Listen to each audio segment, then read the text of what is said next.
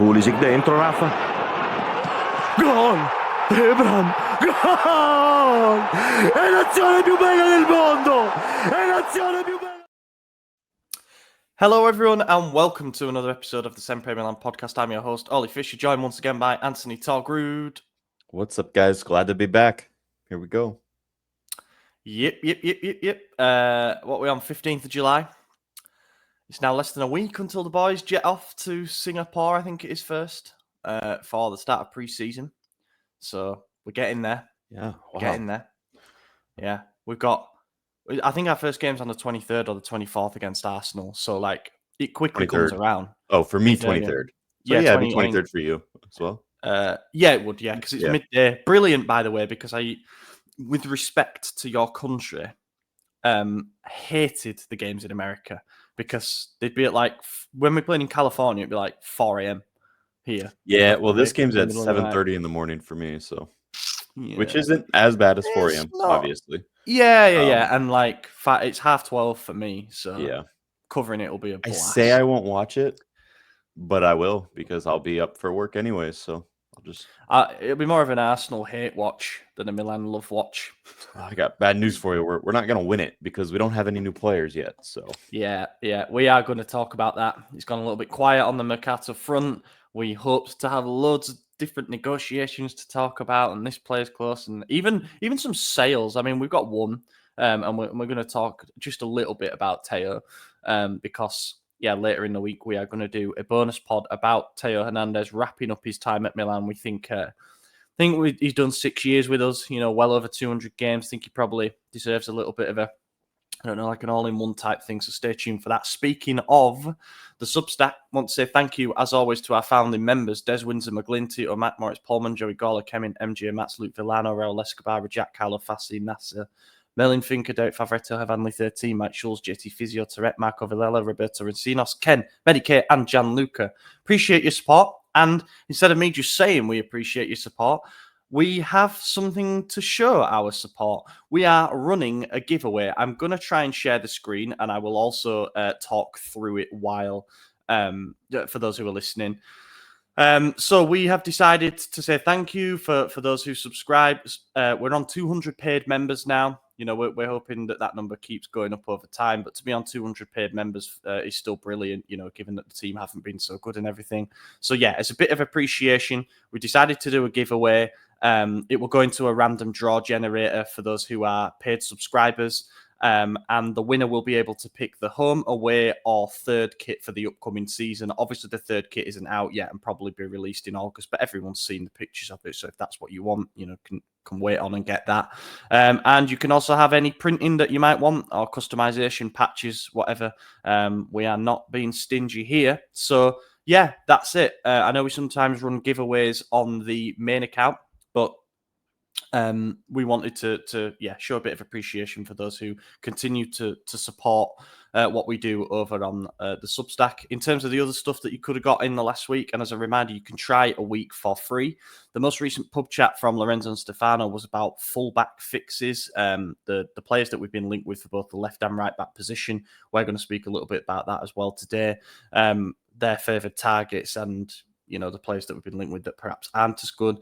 Our most recent bonus podcast was a player profile on Luka Modric. Of course, not a player that necessarily needs much introduction compared to some of the other signings that we've made that have been a bit more lower profile. But we went through some of the numbers that might have been missed from last season and also spoke about where he might play under Allegri. And Isaac's most recent bonus article was Milan's selling mission, my dream scenario. He goes through, of course, all the players that we are trying to offload at the moment, from, Okafor and Adley to players you might have forgotten about, like Divock Origi, and how, if everything goes to plan on that front, we could free up quite a lot in terms of money. And, of course, there's a newsletter where you get a bit on the latest story and a bulletin in there too. Okay, we're going to start with something that's a little divisive, shall we say. Okay. And I don't think we've really spoken much about this, me and you. I know some thoughts were shared in the chat, but it's Theo Hernandez's goodbye message to Milan. Now, as mentioned, we're going to speak more about him and his entire time at Milan in a bonus pod because we think that's the only way to do it justice. But we've got the goodbye message. Now, admittedly... Are we putting it on the screen or no? I was just thinking about whether to try and get the photo up. I've got it saved somewhere, but I'll have to dig back through it. So I'll say no for now. I'll read out the bit that's caused a bit of a stir. He, of course, says goodbye to the club and he thanks the fans and he thanks his former teammates. He also says thank you especially to Paolo Maldini, which, perhaps isn't that surprising, but I think it was a deliberate inclusion there. But yeah, there's a paragraph. It's the penultimate one. He says, my decision to leave was not an easy one. I've always known where I wanted to be, and AC Milan has always been my priority. But unfortunately, not everything depends on one person. The direction the club has taken and some recent decisions do not reflect the values or ambition that brought me here. It's time to close one chapter and begin another, different but equally important to me. Right, he's had a little on the way out there, a little jabberoonie. Are you okay with it? Are you a bit like, come on, mate, look at the last season? No, I'm good with it. I think specifically because of that, look at the last season. Yeah, it's pretty straightforward. I mean, he didn't even get to play the final game of the season. He didn't play the anniversary game last year, the 125, so he never got to wear that shirt. Not that that's like, earth-shattering, but for a guy who had been there for 6 seasons, a guy who was the captain in most of the games, to be excluded from a game of that importance, especially knowing that it was a 0-0 against Genoa, it's intentional. It sends a message, and we know that the last two managers, Conceição and Fonseca, were trying to send a message specifically to Theo, and I won't pretend like it was like he wasn't the greatest person the last 2 seasons for us. There were a lot of ups and downs, and the downs were self-inflicted. It wasn't just bad performance, it was bad behavior as well. So there are a lot of reasons if you are in the management to kind of be anti-Theo. But ultimately, he is still one of our best players in the last couple decades. So I don't have a problem with it. I understand where he's coming from. If you put yourself in his shoes, he may not think he did all that much wrong, or he might think the way he was handled was wrong, even if he was also in the wrong and knows it. We don't know. But I don't think his jab was that bad. I mean, ultimately, he's just telling the truth, right? If the club did say, we've decided we're ready to move on, whether you want to stay or not, you need to take this offer, then he's just telling the truth. He didn't say, go F yourself, I hate these people, but he said, I wanted to be here. Someone else told me you're no longer going to be here, and it is what it is. That's football.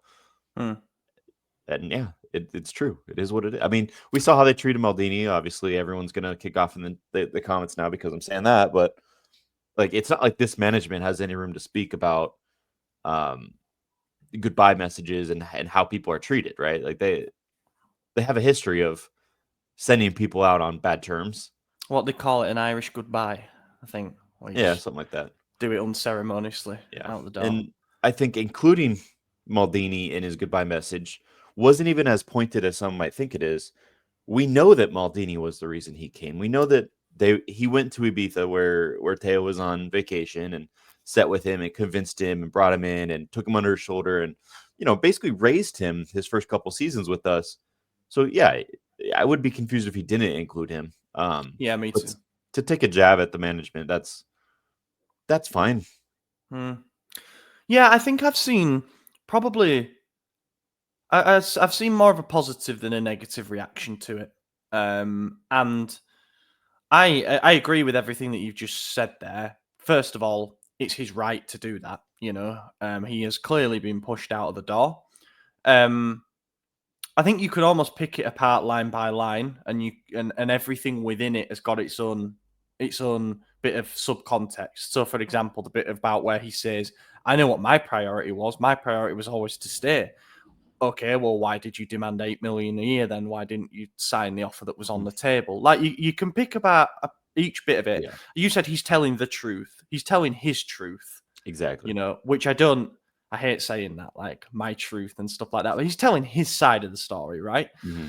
But it doesn't mean to say that it is entirely. He's painting himself out to be the victim of this situation. He's gone to get 20 million a year in Saudi. So Yeah. I mean, he did think turn there's it down quite a few times, though. Like, he didn't want to go. It was, Yeah. oh, this is my only option. And admittedly, it's not a bad only option to have, right? No. We'd all be happy with. I don't know what the multiple of your wage was there, or his wage, but His, I'd be pretty 5 thrilled. Yeah. If I got 5x'd. Yeah, and the tax rates, I think, in Saudi are a bit less aggressive. So Yeah, you're taking home quite a lot of that. Yeah. No, I get it, and it isn't probably the perfect move for his future. Financially it is, but it's clear that from a sporting point of view, if he was to have to leave Milan, he wanted to stay in Europe and play at a club that's in European competitions. He wants to be the starting left back for France at the next World Cup, no doubt, and this perhaps complicates that a little bit. We'll see. But put yeah, an asterisk on that, actually, because I think with the way the Saudi teams performed in the Club World Cup might change that perspective a little bit. I also don't Knocking think out Man City, I think it's a big deal. You're absolutely right, and who knows that didn't convince him. He saw that and he's like, "Oh, that's a pretty competitive team. I'd be joining." Yeah. But also, I think France not having a huge swathe of left backs. Yeah. If there were, then I think we'd be trying to sign one of them. Well, we are Melvin, my boy Melvin. Yeah. So there's that bit. And again, what I'm trying to do here is present the other side, and it's the side that I instantly felt, but I've sort of calmed down to it now, and I'm thinking, yeah, of course he was going to try and put forward his side of the story. But when I first read it, and he was talking about values and ambitions and things like that, I was thinking, what the fuck? Like, after the last 2 years, more specifically 12 months that he's had, to be talking about being wronged in some way, I thought was a little bit rich. I think anybody, I think it's fine to sort of preach a line as long as you uphold those standards yourself. And in the last season, he did not. He became a headline grabber for all the wrong reasons. We've gone through the list of things that he did, but the red card in the Feyenoord game knocked us out of the Champions League. Before that, the Fiorentina thing where he stole a penalty, missed it. Fonseca told everyone at halftime it's Puli's penalty. He was the captain on the field when Tammy then robbed the second penalty, missed it. After full time, we'd lost the game. Hurls a barrage of abuse at Luca Pairetto, gets a red card and a multi-game ban. Before that, the cooling break thing, countless individual errors. That's unfortunately what my recent memory of Theo Hernandez is, Yeah. And we'll speak about the better times on the bonus pod, of course. But I did think a bit of it was like, wow, you've got some front to be talking like that, Yeah, I think for all his flaws, I've always been a fan of Theo the player. Theo the man, on the other hand, I've never been as big on. I think his alleged off-field activities rub a lot of people the wrong way, as I think they should. Obviously, alleged is the key word, but some not so great rumors circulating around about how he behaves off the pitch. And we've seen how he behaves on the pitch sometimes. And while I did just say I'm a fan of Theo the player, I'm not a fan of his attitude on the field. Now, when he's forehead to forehead with Dumfries, that's cool. Everyone loves that, right? But the instance you just mentioned, not many people are fans of that. And I don't know why anyone would be. But you do think back to the coast-to-coast goals, things like that. Like, yeah, he was a leader on this team for a while, and we saw the deterioration, and how much of it was him not as good as he once was, and how much of it was his bad behavior and attitude creeping into conflict with the coach, leading into how he's performing on the field almost intentionally. Because there were always games when he did so bad that you go, that was on purpose. He thinks he's trying to send a message, and I don't fuck with that. That's not okay. So, like, to me, his cycle was over. I do think there was an opportunity when Tare and Allegri came in where he could have said, okay, I won't have to deal with Conceição, Furlani, Moncada, Zlatan, Fonseca, any of those guys anymore. Let me give it one more shot. let me give it one more year. Boys back together, new coach, new director.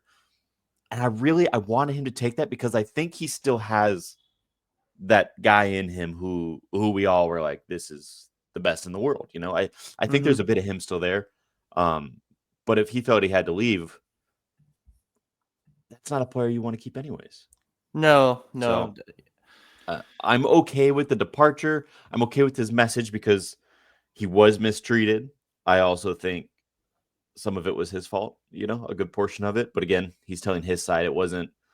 He wasn't being introspective, right? He wasn't saying like, oh, I could have done better on this, but they were mean to me. It was just like, I thought I wanted to stay. They didn't want me to stay, and I'm not going to stick with that. And it's like, okay, he wasn't name calling. He was just telling a fact. The management didn't want him there anymore. We know that. And it's his fault they didn't want him there. That part he omitted, but everyone's aware of it. You don't have to reiterate that part, So yeah, he did go on okay to with say the whole some thing. stuff about like how he can feel happy that he's always given everything and stuff, and it's like, Did you? I'm not so sure. Yeah, that's Yeah. what I mean. There is no self accountability in there, but there's not going to be because it's his one shot at a goodbye post, and he wants it to be PR for him, basically. So Yeah, exactly. you know what? I sort of get it. And again, yeah, I fall somewhere in between with it. Is what I'm basically trying to say. I think all the things you said first time there were spot on, and I was just the other side of it is, and I can see why it's rubbed people up the wrong way. Basically, that paragraph in particular, because as mentioned, there is no accountability there. But I think that when I'll go as far as to call him a modern Milan great, as in whatever you define that as. The last 10 years, he's been one of our best players and one of the few players we've had that's been the best in their position. We haven't been blessed with that for quite a long time. I think when somebody says that on their way out of the exit door, when they say, this isn't the club I joined, I think you have to take note. You have an obligation to listen to what they say at face value. I think that, of course, there will be an element of truth in that. And what he's basically saying between the lines is, there ain't that family feel that brought me here. When Maldini came for me and when Maldini brought me up to the level of being what I was, of course, with some help from Stefano Pioli and the teammates. The Theo flank was like the best in Europe, and it wasn't just Maldini. But yeah, when he's basically saying that just died off, I think we should be a little bit worried. I think it's true as well. I mean, we see it, right? We saw Tonali sold, Reinders sold, like Donnarumma left obviously earlier into that, but we see these key parts of the family element gone. Maldini gone as well. And while all those individually are fine, you can't keep everyone at a club forever. When it all adds up, of course, that part that was the family is gone. And maybe the family element is still there, but it wasn't the family that he came up with, It's like your favorite coworker leaves and you got a new one. You're like, well, it's not the guy I was buddies with, even though they're fine. It's you don't have the same inside jokes and everything. I mean, I remember back to a report, I think it was early last season from Sky. I think it was Pepe Di Stefano, and he said that basically there are 4 key figures that have left, that Theo has felt sort of one on top of the other have not helped him. Obviously, Maldini was number 1, losing him as an idol and mentor. Get that totally. Pioli leaving was a big one because he was the coach when he had his rapid rise. But then also Brahim Diaz and Castillejo, who were apparently his 2 best friends in the team. Obviously, Leao will be as well, but I think with them being fellow Spanish speaking and whatnot, I can kind of get that. So yeah, if everybody around him that used to make him feel at home at Milan is now gone, I get it. But he still said, if his words are to be taken, verbatim, that he still wanted to be here, and that he's been pushed out. But again, so if we don't believe that and that he was happy to leave, which it sounds like he was, can we take everything else seriously? I don't know. It's a little bit think he was violin-y. pushed out, and I do think he weighed up the idea of staying, but I think he was checked out. I think he was ready to go. Yeah, I think he was ready to go. I don't think he wanted, if his options were Saudi or staying, I think he was leaning towards staying, and they said, no, we need you to take this offer. If Atletico Madrid or a Liverpool or a PSG or someone, with some European competition in them came and said, "Hey, Tay, would you like a spot?" I think he would, yeah, we'll take that. Yeah. And I don't think it would have been an issue. I mean, he did stay in January when Como offered 50 mil. Obviously, Como had nothing to really offer in terms of European competition, but neither do we. So, Yeah. Wonder if that offer came around now, might he yeah. have thought differently about it? We'll see. I mean, the thing about him going to a Saudi club as well is it's kind of out of sight, out of mind. We probably won't read or hear an awful lot about him now for quite a while. So it is. I do think it's sad the way it's all ended. It's quite sour. It's quite bitter, and it just doesn't seem like we can do goodbyes very well. To be honest, I can't remember the last one that was like genuinely off you go, best of luck. It always feels like there's something, Even the Reinders one, it was shrouded in anger because we weren't happy with the fee, and I didn't like some of Reinders' comments either. I think the last happy goodbye was Latson retiring or Pioli leaving. Those two were good. Kessie was an interesting one as well because it was like, oh God, he was so important for our title win. Thanks for the memories, but shit, you're going for free. Yeah. So even that was a bit like, And there's always something. Well, yeah, Hakan, obviously, God. But yeah, there's always something, right? That's it. A chapter closes. We'll see how he does. He's entering his prime years and all that kind of thing. And it's whatever. Now we've got to go find 2 starting fullbacks, which brings me on to the next section, which is where's all the signings? They're gone. We don't have any. We don't have any. Let's start with Archie Brown. Had you heard of him a week ago? No. The first time I heard of him was when we were trying to hijack a Fenerbahce deal, and I said, who? And then we didn't get the deal, and I said, really? And then they released a banter-esque announcement video, and I said, what the fuck? Over this guy? And it's not a good look for the club, but at the end of the day, I don't know if much of the world saw that. No, nobody knew who he was. Low No one's profile following Fenerbahce. It was like this is an 8 million euro left back from the Belgian league in his mid-20s. It could be good. He could be great, but I had never heard of him. Not too fussed. I am getting nervous that I've now seen Pobega's name touted as a potential left back, and gonna bring it up now. All of a sudden I'm a big Archie Brown fan. Let's get him in, but we can't. So, just anyone, just give me someone. Ta-da! That's our fullbacks for pre-season. I don't like that. For those listening, not watching, there's a Gazzetta dello Sport graphic, and they've got Saelemaekers at right back, and Allegri is apparently thinking of trying Pobega at left back because we are probably not going to have any out and out left back. I mean, I don't know why you wouldn't play Jimenez there over Pobega. Yeah, I don't really get that. I think they're being a bit dramatic. If he does that, though, might it be a message to the management like, "Hurry up! I'm having to play Pobega in general." That's kind of what I'm I having think. to blame.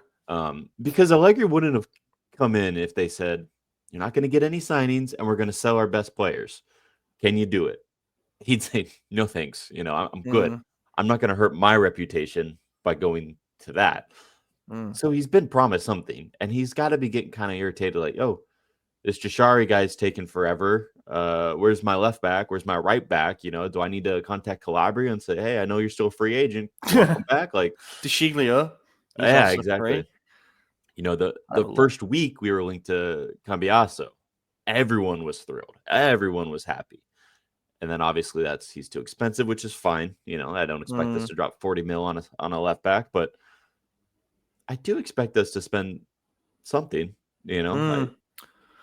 Yeah, I'm a little bit worried about the fullback thing because it shouldn't be this way, in my opinion, but it seems to have almost been broken down to department by department. So what we make from a sale in that area is what we have to spend on replacements. So Reinders goes for, let's say, a guaranteed 60 mil. We're looking at Richie for 25 and Jashari for 35.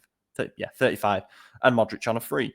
We've sold Theo for 25 mil, and there are reports saying the budget for both fullbacks is 25 mil. So I think that's why we were going for Archie Brown at 8 mil and hoping to get Gueladue or Pubil or somebody like that for the right side just under 20 mil. And, we've used the proceeds and fixed the thing. Problem is, fullback market's shit. Really, really bad. The ones who are going to be out of our price range aren't even that good, in my Yeah. opinion, or like worth it. Like, for example, Spurs have got Udogie, and he hasn't even been a guaranteed starter while he's been there. Like, Jed Spencer's had his spot at certain points, but Spurs know what the market's like, and they're going to ask for 40, 50 mil. Same with Cambiasso at Juve. I don't think he had a great last season. In fact, he was close to being sold in January, but now it's like, no, you're a rival in need. It's going to be 50 mil. And maybe that's why we thought we could gain an edge by signing someone like Archie Brown for 8 mil, because like you almost can't fail with that kind of low investment. That being said, I'm not gutted. Having heard what a lot of the experts have said, he ain't ready. So, would he have been a deputy? God knows. But it seemed as though he was being lined up as the guy. The part that upsets me the most is we knew we were getting rid of Theo in January. Why didn't we have something lined up? We don't have to have a deal done, but like the Kuiper, that deal went for 18 mil. That would have been within the 25 that we got for Theo. And yes, 25 for both, which is already ridiculous to put two starting level positions for under 25 combined is unrealistic in 2025. So I don't know. That upsets me to begin with, but why not just take it out of the striker pot? We don't need to spend 50 million on a striker. Take an extra 10, take an extra 20. Because we need two fullbacks that are good. Because these are absolute starting players, and we spent 35 million on a striker in January. So now you want to make that 85 million across 2 windows on strikers while we're having to scrape the back of the sofa for change to afford fullbacks. And we know that Allegri's going to be defense first. So and what? I don't know what the word is, but we're stingy with it. Like the Jashari deal, we're moving up, $500,000 here and there. We're pissing off this club who has been very direct and very clear with this is the price, either meet it or don't. Yeah. And as much as I hate them for that, it's not a secret what they're doing. They did it last time too. It's not like this is new territory. They did it with the Kuiper. They did it with CDK. They're doing it with Jashari. They've done it with all their players. If you want our player, this is the price. We will not budge. And whether you want to go back and forth on the ethics of that, whatever. The reality is that's the price you will have to pay. So pay it. We're like almost there. We're trying to get just $500,000 discount, 250,000 discount. Like, it's ridiculous for a club of our size, just pay it. Especially when I'm seeing rumors, and let me start by saying I think it's total bullshit. It didn't happen. It was made up, but that we've offered 60 million for Darwin Núñez. Yeah. Come on. If we have 60 million for Darwin, we could take 3 out and give it to Jashari and get him in here, a guy we need. Yeah, 100%. Yeah. Yeah. It's frustrating. Yeah, the budget allocation needs to be looked into without a doubt. I'd even strongly reflect on the midfield if it meant that we were going to have 10 million each to spend on the fullbacks, because I think that could be really problematic if we end up with 2 players down the sides that we don't really want, Yeah. So even if you sort of say, okay, Jashari's not coming, let's move on very quickly. He wouldn't be my favourite, but get Javi Guerra in the door for 25 mil. You've saved 10 million there. Take 10 mil off this. All of a sudden, you've got a competitive budget for each fullback position. Yeah. And we know we know it's not as simple as that. Like, every situation's fluid, and there could be a sale here and there that boosts the funds that we've got available. But I just don't like it. I don't like what I'm hearing. I like for example, if it were to turn out that we signed Pubil and Miguel Gutierrez, left back and right back, I would actually be happy with that. And I think you could get them in for maybe 30, 35 mil combined. But at present, it doesn't seem like we're pushing with anybody. We leave in 6 days for 5 days. The other side of the planet. Yeah, and he's got 1 new player to work with, Ricci, because Modric doesn't arrive until early August. Be there. Yeah, it's not. Okay. There's players that have come back that are going to be useful, like Saelemaekers. He's going to have a look at Jimenez. Maybe Bartazagi plays a few games as a left back. But how have we got to this? Where we're thinking, it's okay, it's time. It happened last year. I mean, Fonseca kind of complained, didn't he, about getting a few of the signings towards the end of the summer. And it clearly didn't do us any good. Yeah. You want as much time. We're kind of losing our only advantage, which is time. That's been the last, 3 seasons in a row now? Yeah. Well, I shouldn't say It's 3 ownership. because whatever season Pulisic came in, we got him early. I think yesterday was like 2 years or something like that. So But with that window, obviously we'd sold Tonali, so we had a lot of money to go out and spend, and I think clubs knew it, which is fair enough. But that window, we ended up doing quite a lot of late business as well. Musa, we went for at the start that's of the true. summer and he came late. Chukwueze, same thing, couldn't meet the valuation. Then we got him late in the window. I don't think it helps the players acclimatise. Like, you want them here No, on it makes day it hard. one. It makes it Yeah, harder. And they think that, oh, if we wait, you might get a sweeter deal because the window's closed. No, they're gonna ask for more because they don't have time for a replacement. 100%. Yeah, If and you take time. 3 months to sign one player, I'm thinking, yeah, this isn't gonna go through. I don't need a replacement. So then when it's the last week and you go, okay, we're ready. Here's the money now. It's like, well, you waited 3 months. Now I need to get someone. Give me extra. Yeah, there'll be a premium the later that you get in the window. Unless there's something stupid like there was a thing about Bruges potentially wanting to hang on to Jashari for the Champions League qualifiers because that could be worth quite a lot of money for them, and they want their best player for it. I would kind of get if that was the publicized stance, and it's like it's not ideal, but we are going to get the guy that we want, and it That's works what for Feyenoord everyone. did with Jimenez, and it was Yeah, understandable. You have no problem with that. yeah. But I don't know. Yeah, it just feels incredibly static. Even the striker thing, it seems like we pre-accepted it was something that was going to go into August. And again, Mhm. Lorenzo Colombo is going to be the starter in the preseason friendlies because Jimenez is having a post-Gold Cup vacation.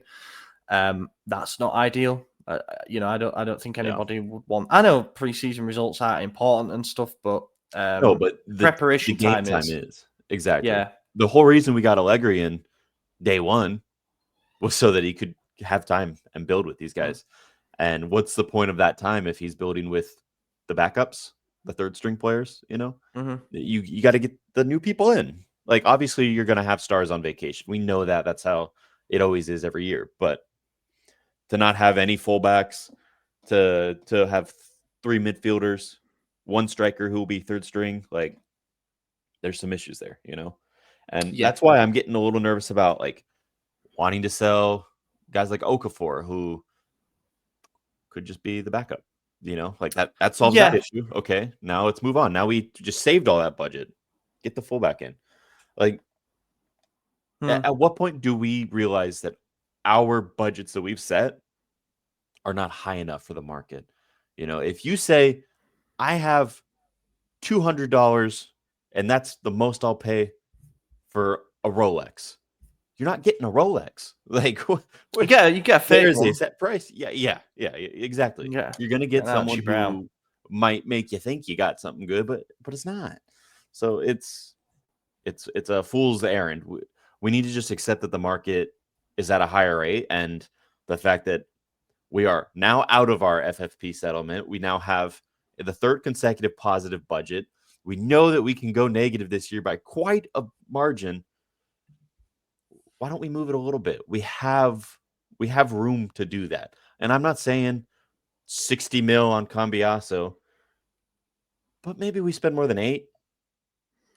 That's it. I'd just like us to do anything with a bit of conviction, Mhm. Even the Richie deal, which we got wrapped up, we sort of had right on the edge and then decided to go for it.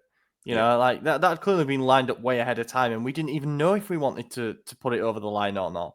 Yeah, we even, I don't know, like if we're so convinced that Jashari is the guy, pay the extra money, and if it means that we have to sign a fullback on a free instead, like Reguilon or something like Mm. that, at least you've done something because you really believe in something. Yeah. Like it feels like, I think first of all, it's a lack of understanding of the market that we're in now. I don't think that our strategy is really going to work on most teams. The player pressure thing, it may yet work for Jashari, just like it did for Lara, and it has worked for other signings, but it, it it'll wear thin pretty quickly. The selling clubs will not be particularly happy with all the pressure coming from the other parties involved in the negotiation. But it's like just the understanding that extra 2 million that it might take to get Mhm. that particular signing over the line, and to save about 2 or 3 weeks. And, Yeah. and have that player there for that extra time preparing for the season, so they're ready to start from game one. look at Fofana. He played every game apart from the one that he was too late for. He got unveiled on the pitch at half-time in the Torino game because we signed him after the season started, a guy that we've been negotiating for since the start of July. And these summers don't come around very often where you've got no major tournament and the only internationals that we had involved into July was Jimenez. Modric obviously at the Club World Cup, but not quite the same. So yeah, the opportunity kind of fell into our lap to really gain an edge on the opponents, and we've completed as many signings as Inter, and they've had complete chaos since the end of last season. So something needs to change. Something needs to accelerate. We're in agreement there. Else? Can't think of anything else really. Nope, that's it. Ramble Right, over. we'll do some questions. This will help us to touch on some of the other talking points that there are. Nino asks, based on current links, how would you rank these striker targets from most to least preferred? We've got Mateta, Vlahovic, Boniface, Luka, Nicholas Jackson. And if any were to sign, would they start ahead of Jimenez? Can I be They're honest? all a bit shit. Yeah, I don't. Nah. Vlahovic is the top one for me, and he hasn't had a good time at Juventus. I was seeing rumors that they were going to terminate his contract. And if that's the case, then that's the one. And then you save your whole budget. You could give him whatever stupid salary he's asking for, maybe a little less, try to negotiate it down. But if they terminate the contract, you're saving 30 mil right there, guaranteed. Put it into the others. That's it. So that's what I would do. Yeah. So to rank them, so I like Mateta. I think he had a really good season for Palace. He can definitely operate as a centre forward. He's got a bit of everything. He's quick and powerful. And I think scoring goals in the Premier League is worth more than scoring them in the Bundesliga, for example. Vlahovic feels like the most known quantity on the list. And we're saying that, as you say, after a down season for him. But he knows Allegri. He can score goals in Serie A. Even in his bad seasons, he's still put in more than what we've had from recent strikers. Boniface injury record really worries me. Otherwise, perfect mould in terms of, again, being quick and powerful, lethal inside the box. Luka, I'm sticking at the bottom. I think he's more your late opportunity type thing. If we're having to spend in other areas, you get him for sort of 20, 25 mil. But I don't hate what he brings in terms of he would be an obvious backup rather than instant competition. Obviously, Italian, again, knows the league, good for the squad list. Nicholas Jackson's near the bottom for me as well. I wanted him when he was at Villarreal and we were linked with paying I think his release clause was 30 mil. Like that, yeah. And now Chelsea are asking for 50 plus for him. I wouldn't touch it. I think he probably is the best of the bunch, but yeah, I think you can definitely make that argument. I think his Chelsea narrative is quite harsh on him. There's been an awful lot of shit going on around him, and he actually has a pretty decent goal scoring record there, doesn't he? Yeah, I don't think it's too bad. I understand what the frustrations are from Chelsea fans. He misses quite a lot of chances, but sort of like the Darwin Núñez thing, I'd rather there be a player who is on the end of these chances rather than someone who's completely isolated from the game in general.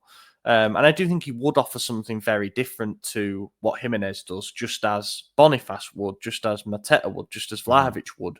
You're going for a bigger profile physically. Just to go back to his stat, 30 goals, 12 assists in 81 games at Chelsea. That's not bad. That's a goal involvement every other game. Yeah, I don't think he started all of those either. It's a strange situation for him now because obviously they paid what they paid for him, but they've signed João Pedro, who I think is better for them. I mean, he seems to do well for them. Club World Cup, so yeah, he's certainly a better finisher. I know him. Yeah, yeah. Honestly, it's really tough. Do you know what? The name hasn't come out yet that's really jumped at me and gone, it has to be him. I think with the name, Santi Jimenez, João Felix. That's the one, yeah, João Felix. Yeah, look, I wrote a big devil's advocate about him and why, if we try to cast him aside in any way, it will look like a catastrophic failure. And I do believe that. We invested in our striker in January. I think, look, I would still keep him as the starter, and I think it would again reflect very badly if we did something silly, like went and spent a load of money on Nicholas Jackson and said, "Sorry, Santa, you're the backup now." I don't think that would do any good for anyone involved. A name that I'm surprised hasn't come up yet really is Højlund. It seems United are wanting to get rid of him, and if you can get a loan type deal, Not for me. that's. I think he's just in a pretty toxic club. I think he's fine. Xerxes, I wouldn't, for example, because he doesn't match what we're looking for based on what's been outlined. But yeah, if I had to pick from the list that he sent there, I think I'm going Vlahovic just because, again, he feels like the safest bet out of those. If it were Mateta or Boniface or I guess Luca, there's a bit of risk involved there. But I don't know. I'm just finding it really hard to get excited about the striker pursuit in general. I think it's because so many names are thrown at us every day. Like Breel Mbolo is the latest one, and his scoring record is just not good enough. Yeah. He's available for 15 million for a reason. Like, I'd stay away from him. I mean, if we're looking for a backup to Santi, then okay, he could fit that slot. But even then, it's like, what's the point? I would rather focus on starters in the positions we need before we start going to the backups, because we have guys like Okafor who could be a backup striker and a backup left wing and a backup right wing. We have Chukwueze who could be a backup right wing, a backup striker, a backup left wing. We have Christian Pulisic who could do all of them across the board, but as a starter even. So we have mix and match options. It's not ideal because you want a dedicated person, of course. But remember, we have one competition this summer or this season. We don't need a full 28-man roster. We could have those guys that are versatile and doing multiple things. That's the joy of Saelemaekers, right wing, right back, whatever. If anything, the way I see this heading is not us getting fullbacks. It's Jimenez and Saelemaekers as right mid, left mid, and we sign a new center back, and it's a 3-4-3 or something. At this point, that means we only need to sign one player as opposed to two. And if we can't get any of them over the line, like that might be the route we go. I wonder if there have been discussions about let's just keep Colombo. Yeah, as the backup. There should be. And going, I mean, that to me, again, do things with conviction. Just say that's the plan now. It's clear that that's not going to be the plan because Tari literally came out and said, yes, we want to sign a top striker. Doesn't really help our negotiating position, to be honest, either, like knowing that we have a need. But that's not going to be what we do. But yeah, in terms of allocating budget elsewhere, you just wonder, do we really need to go out and spend 40 or 50 mil on another striker? And based on the names listed there and the others that we've been linked with, they're all going to come as a bit of a gamble, even at that figure, because now the striker market is shifted whereby for your absolute guarantees, maybe someone like a Gyökeres, 70 or 80 mil. We're not shopping in that window. Now the risky strikers are still costing you 40, 50 mil, and you just hope that they explode. So yeah, I don't know. I'm finding it difficult. Maybe the name hasn't come out yet, but there's nobody really jumping at me. Next question, JT Physio. With Arsenal signing Mosquera from Valencia, do you think Calafiore or Kivior could be the secret centre-back / left-back hybrid that Tari is working on? Feel they could both be a good fit in a 3+2 build-up and have experience playing left-back. So Mario Moretto said that. He said that we went for Archie Brown, but Tari was and presume is still working on a name for left back that hasn't come out yet. Now, it might be that left back is Fran Garcia because he's been the one who's been linked in the last 24 hours quite a lot. Don't know. Would like Kivior or Calafiore. I think they'd be I would be happy with both of them. Both of them. I think they'd be fine. Preference towards Calafiore. Obviously, Italian helps. and knows the league. It's good. More of a left back as well. Like, I think Yeah. Kivior is definitely a left-sided centre back. Well, and that whereas- goes to basically the hypothesis that I just threw out there. 3-man back line. Yeah. Or another thing that I think you might have said in the chat about going for a more defensive left back. So Leao really does Yes, have that license. that's what I want. That's really what I want more than anything. That's why Cambiasso is so attractive to me. But you need someone who's just going to lock down that spot, who's not moving, who you just know is going to stop things, because we leak down the left side, at least last season. And if we lock that up, Leao doesn't have to drop back. He's allowed to wait on the halfway line and break that speed and just burst counterattack and score goals. That's what he should be doing. That's how players like him excel. And we haven't given him the tools. So Yeah, I wonder, and I get it, because I think in terms of balance, it's an obvious thing to do, like locking down the left back position with a more defensive player. I just wonder if there's a bit of worry about then it makes it very easy to double team Leao. If there's no other threat on that side, they will just put an extra man over, and he won't have anyone overlapping or underlapping. But I think someone like we're not going to get him because they paid too much money for him. But Calafiori would be perfect in that sense. He was originally a left-sided centre-back, but seems to have learned and developed that buccaneering left-back thing where he's just up and down the wing all game. I could see that working as a bit of a compromise between the two. But yeah, he isn't coming, I don't think. how much did they spend on him? I'm trying to check right now. 55, was it? 45 is what I'm seeing. 45. Right, yeah. Mm. Okay. And they got So him 2 years ago, is it? So, just last summer. oh, was it? So 1 year of amortization over the 5 years. What is his value has dropped. So We'd have to maybe you get him on pay a loan. for them to break even capital wise. You'd have to pay 37 million ish. We're not doing that. That's it's beyond our budget for both, let alone one. Unless you do a loan with obligation, but I don't see why Arsenal. If anything, Arsenal are more likely to get rid of Kivior. I think he will go somewhere this summer. And I know we were after him when he was at Spezia, so he does have the league experience as well. I'd rather him than pretty much every other left back we've been linked with. I'm not going to lie, but there have been some injury things that have crept in. Like for right back, Tomiyasu, someone else we were after. If we want a lockdown defensive right back, could he be an option? But I think he's recovering from a surgery, so you'd maybe stay clear. But why? It's funny, isn't it? It's funny. Like all we've done in the past few years is go for big club cast-offs in the Premier League, basically. Now, why are we trying to cheat the system here? Just do what we've always done. We seem to get quite lucky with it.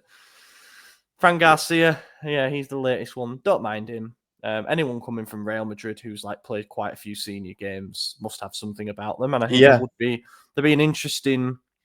What's the thing? History doesn't repeat itself, but it rhymes. Theo replacement being a young left back from Real Madrid. There'd be something in that, I think. Next Q. Shizo, how confident are you guys in us getting Jashari 1 to 10? He's about a 7. Every day it gets a little lower. So right now I'm probably around a 5.8. 5.8 is bang on, I think. Yeah, I'm still ever so slightly more optimistic while he's being a prick, if that makes sense. Not a prick as in he's not coming for training, but he didn't show up to the club party over the weekend that they have to like their Reduno, basically. He's making it very obvious, I think, that he doesn't want to be there. So while ever that's the overarching thing, I feel a bit more confident. But Club Brugge, see that stuff, I disagree. I know because, okay, for me, if I'm the player, oh, Milan wants me. That's huge. That's awesome. I'm in. Tell everyone. Tell my agents. Tell the ownership. Tell the manager. Everyone. I want to go to Milan. They want me. Dream club. Cool. Here's that first offer. It's 18 million less than what we put price tag on. Go. I'm worth a little bit more than that, but okay. They're trying to get a good deal. All right. A month go by, and you've submitted 3 more offers, just raising a little bit. It's like, then the club hasn't budged. They told you what I'm worth. You want me? Am I worth that?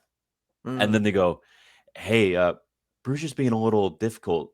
Can you be a dick and tell me you want to leave? Can you start not showing up to practice? Can you be the problem so that they push you out of the club? It's like, You're a $1 billion industry. Fucking pay for me. You want me? Get me. Yeah. Like, I'm here. I'm telling you, I'm ready. So pay the $3 million, and I will sign the contract you've offered me. Let's get You this know, over with. If was it- anything, to me, I'm looking at it like Marcus Thuram, who's like, okay, I got this offer, but now Inter wants it, and it's like, hey, could I get like $500,000 more? I think I'm worth it. I'm a free agent. Like, I'm really gonna come good. And we're like, sorry, we're right at our limit for you. This is all we think you're worth. Oh, but your biggest rival is gonna pay that to me, no problem. Yeah, all right, I'm out. So then he goes to Inter, has a much better season. Now he's Inter through and through. It's like, no, I'm not saying Jashari is gonna go to Inter, but They like, you try. kind of spoil your own image with the player that wants to go to your club because of how stingy you are, how you're using mental warfare with, oh, you become the problem, you force your way out of that club. It's like, no, it worked with Adil Rami paying for his transfer fee when the world knew the club had no money. But it's like, yo, aren't you in your 4th consecutive season posting a profit, one of only like 3 clubs on earth that have done that? Fucking pay. Like, Yeah. it blows my mind. They didn't. It was Tonali, wasn't it? Who, because we were negotiating with Brescia to get a discount on the option to buy, he took a bit off his salary to bridge the gap and said, all right, you save that money, offer it, bring me. This club, Jesus, like, that's bad. That's really, really bad. I just hope it doesn't get to that kind of thing where Jashari's like, oh, fine, I'll take $500,000 less. Please just like get it done. It shouldn't come to that. Because it really shouldn't. As a player, you can make your intentions known that you want to leave and accept an offer, but you shouldn't tank your own career and livelihood to force a move that might not happen. Because now he looks like an asshole and Bruges no longer likes him. But if Milan still doesn't meet the demands and he has to stay, he's out of favor with everyone. His teammates are going to turn on him. We saw Lautaro turn on Hakan for even entertaining the idea of a move. We saw the president do it. Yeah. And now he's staying. How's that going to go? That's so good. I put Jashari in the same boat because he's surrounded by guys who aren't as good as him. Let's be real. That depend on him. It's like, okay, you're staying, but you don't want to be here. You just told us like you didn't show up to the preseason party. Like, dude, you're better than us. You were at my wedding, shit like that. And it's like, oh, now you're turning on all of us. Like, yeah, it's a disgusting, nasty business, and you can't. It is a disgusting business. It is. Yeah, I want to flip my desk. I'm so fired up right now. I wasn't this morning. Yeah, oftentimes I will look to try and understand where we're coming from. I'm really struggling with this. Same as the striker thing. It's like, it's not the strategy that I don't. I understand why we're trying to do it, but I'm just so fed up with this stalemate now, and it's so clear what's needed to unlock it. It's boring me now. I'm sick of writing 3 or 4 things a day on him. Either pay up or move on and get him in before we leave. Johnny B asks on a similar note, if Jashari doesn't come, who would be your ideal / realistic alternative? I don't even know, man. Well, would you entertain going back in for Xhaka? He already left. He went to Saudi. Has he actually gone? I thought I saw that. I thought he was going to NEOM or something that's not real. Which is like an acronym, I guess. Yeah, I never heard of him. Yeah. But they gave him like $2 million a year salary, which that's the other thing. I would have been more than happy with just getting him in with Xhaka and Modric and then investing that other 35 into the left back, but whatever. Yeah. I don't know. He does mention Friendrup. I know I've gone on an awful lot about him. See, I'm torn because part of me would be like you just said there. You buy someone that's functional for now, and then you move the budget elsewhere where we clearly need it. Or am I partly like, all right, so we clearly see that we need a 35 million midfielder. Like we're looking for a difference-making player in that position, and so you'd expect a similar investment in an alternative target. If that's the level of player that we think we need, then we probably would turn to somebody, someone like Guerra, or I'm trying to think if there's any options within Serie A, but there's probably not really, is there? Sure it has to be.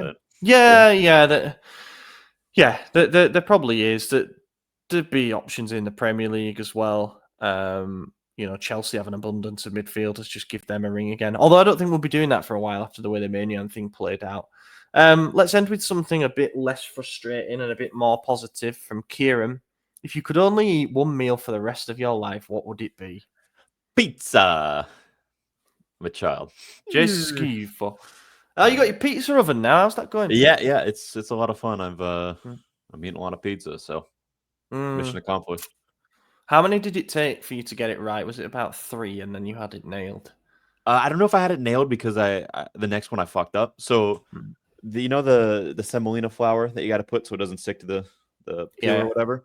I had way too much on one, and I wasn't like emptying out the oven after each one because it's fucking 850 degrees.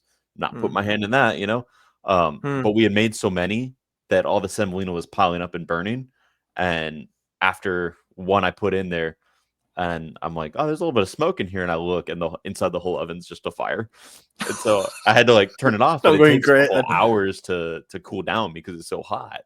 So I'm like, well, I'm not taking the pizza out. Like, why would I let this smoke into my home? I'm just gonna leave it in there, wait for it to just slowly dissipate. So that pizza wasn't good. But yeah, but that wasn't particularly nice. Yeah.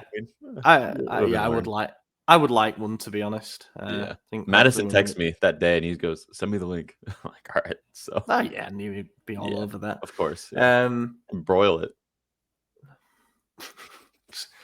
Base side down. Is that your answer then? Pizza, Neapolitan style, New York style. You know what? Oh, I already get enough hate on this podcast, but I don't really like Italian style pizza. Okay, I prefer New York. I do.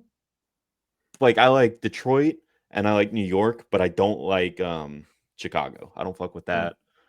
Neapolitan doesn't do it for me. If you got to cut it with a fork, it's always slippery. It's so wet because of the mozzarella, and it's just everything falls off after one bite. Not worth the trouble. But so I agree with that. I have had some bad pizzas in Italy. I have objectively bad, but I think maybe went to the wrong place or whatever. Yeah, maybe I think a good Neapolitan pizza is where they don't overload it with toppings, and when you slice it, it will hold its thing. Exactly. Yeah. And that's great. Don't get me wrong. I think that's great. But like you said there, with the exact opposite end of the scale, I like Chicago pizza, but it's not a pizza, is it? No. Like, let's be honest, it's a pie. Like it's actually a pie. If you consider it to be like a tomato, cheese, and sausage pie or whatever, brilliant. I don't consider it pizza. That's why I like the Detroit style, where it's like it's in a pan like that, but it's risen and it's square. There's a place that does it pretty well out here that we go to every now and then, but we don't go there when we say, "Oh, I'm craving a pizza." We go there when we say, "I'm craving this specific type of pizza." So yeah. So pizza's your answer. Mine is Polo Milanese. Oh well, that's a real adult answer.